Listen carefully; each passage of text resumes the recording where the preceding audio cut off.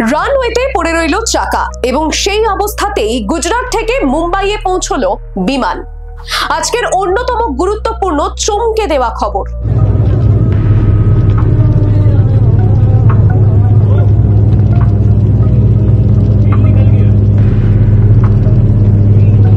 গুজরাটের কান্ডালা থেকে টেক অফের সময় স্পাইস জেট বিমানের চাকা খুলে যায় এবং সেই অবস্থাতেই বিমানটি উড়ে যায়।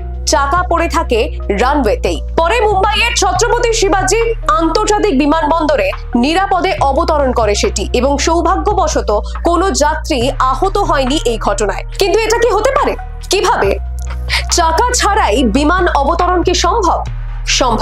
সম্ভব তখনই যখন একটি বিমান তার ল্যান্ডিং গিয়ার সম্পূর্ণভাবে প্রসারিত না করেই অবতরণ করে এবং অবতরণের সময় বিমানের নিচের অংশ অর্থাৎ পেটের অংশটিকে প্রাথমিকভাবে ব্যবহার করে, যাকে বলা হয় বেলি ল্যান্ডিং।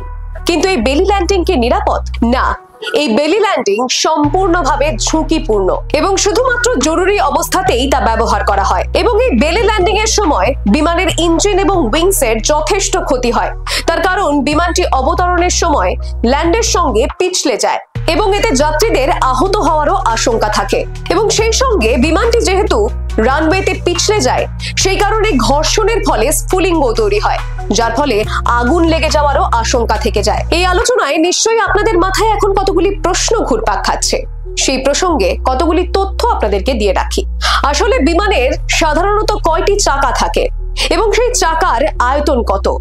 চাকার টায়ারে কোন গ্যাস থাকে? 757 ছাড়া প্রধানত ন্যারো বডি প্লেনে 6টি চাকা থাকে, 2টি নোজ গিয়ার এবং 4টি প্রধান ল্যান্ডিং গিয়ার।